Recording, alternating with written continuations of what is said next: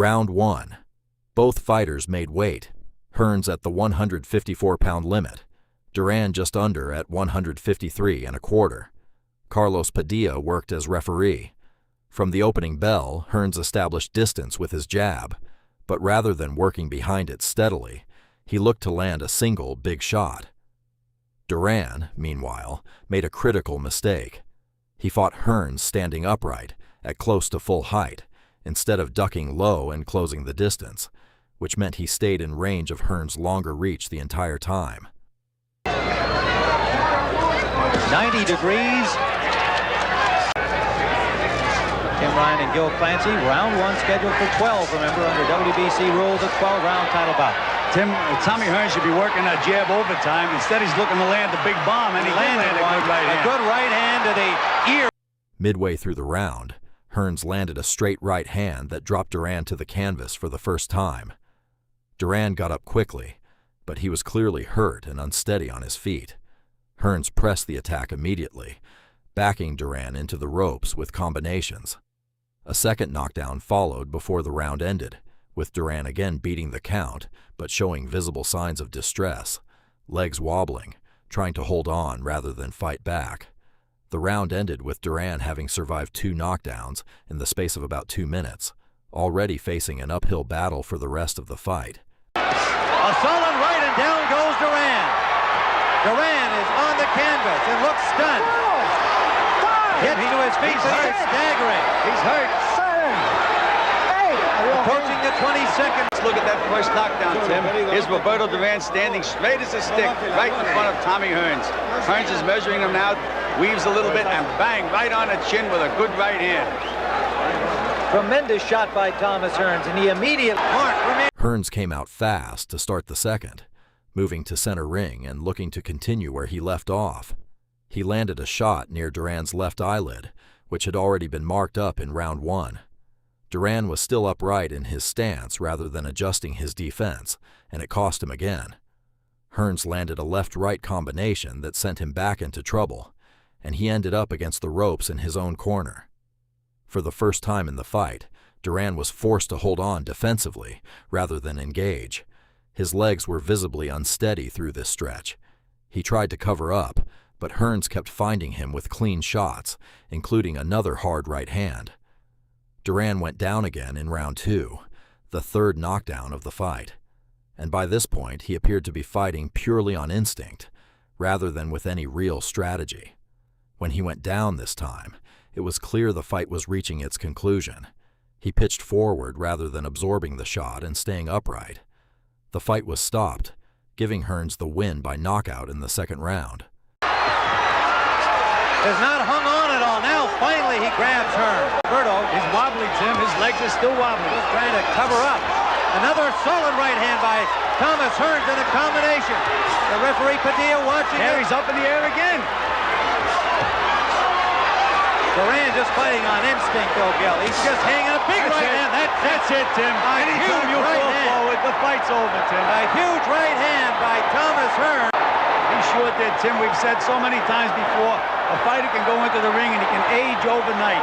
And that's exactly what happened to Roberto Duran. We do promise a later medical report on Richie Sanders. Tim, especially you and I know the kid so well, and he's such a great kid. Delightful young man. All right, we're underway. Tommy Hearns with a new short haircut, taking a little weight off the top of his head. A little less protection. That's right. Solid shots to the body by Thomas Hearns, but Schumer stayed right there with him. Another ripping left hook to the body. And a right. That moved Schumer backwards.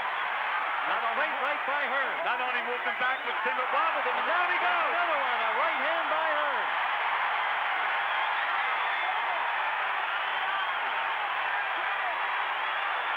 He will not get up. Well, now we know that Tommy Hearns can hit middleweight and knock them out. And boy, did he knock him out. Now let's go back and see the knockout. There's the right hand. That hurt him. There's the left of the body.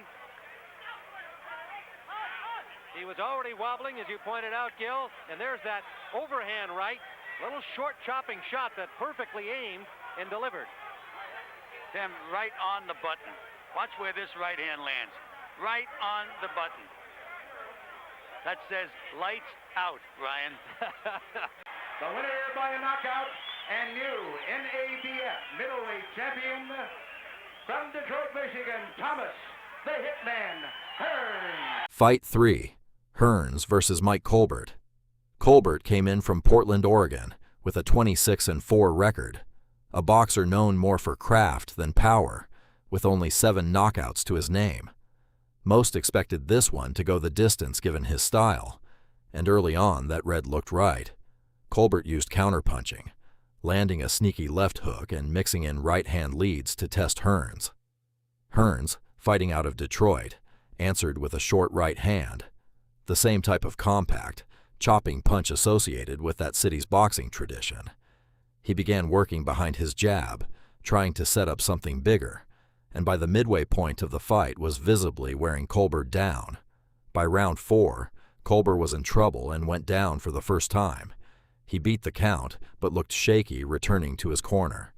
The fight continued into round 5, and Colbert went down again, the third knockdown of the fight, triggering a mandatory 8 count.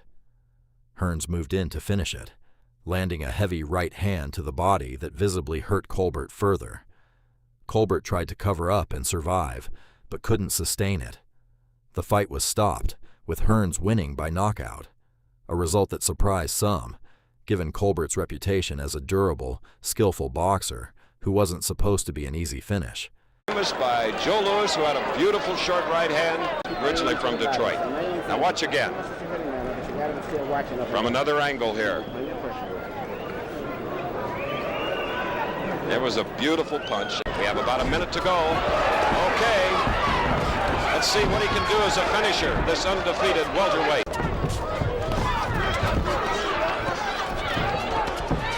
Blocking of that right hand, Tommy Hearns trying to end it early here at the Louisiana Superdome. Nice combination. Now all Colbert can do is just try to stay away from the leveler. 152, Colbert in red, 158. Left hand, and then that right hand, straight right hand.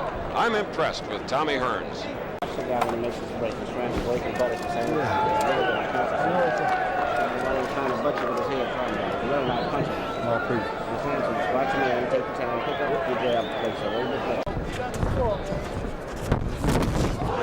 Another one, but Colbert took that one.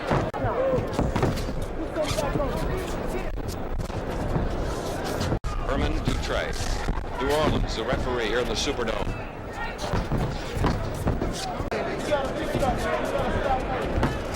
The right hand lead, and Colbert comes back on instinct alone. Colbert in red fought Marvin Hagler.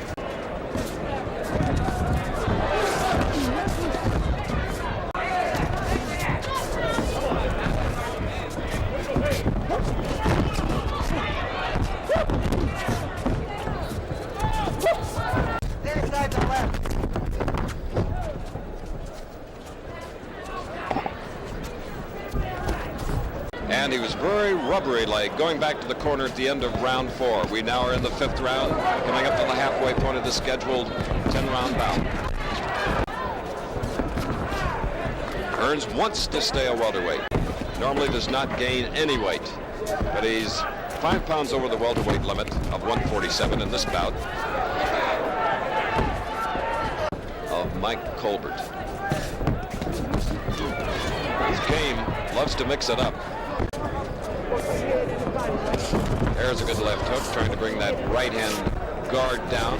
Colbert in red.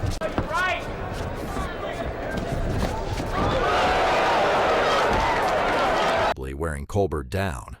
By round 4, Colbert was in trouble and went down for the first time.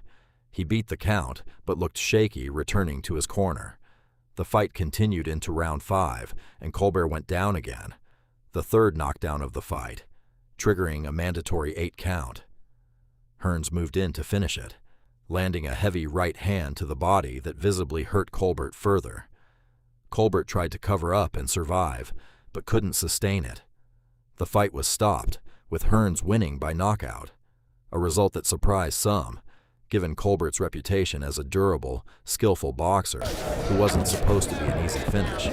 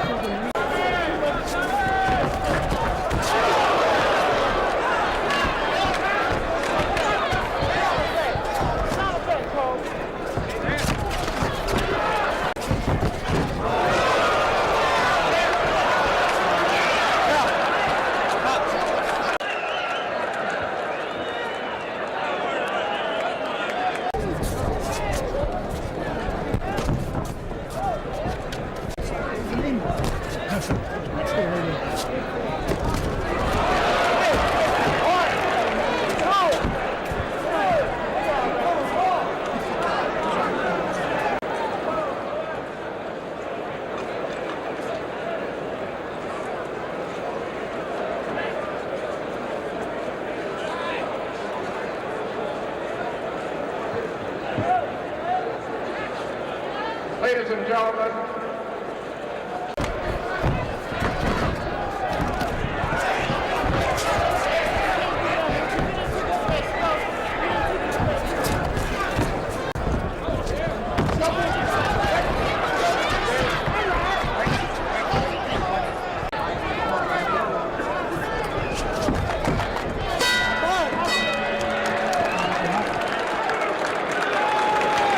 Judge Lucian Joubert, 900 or 910.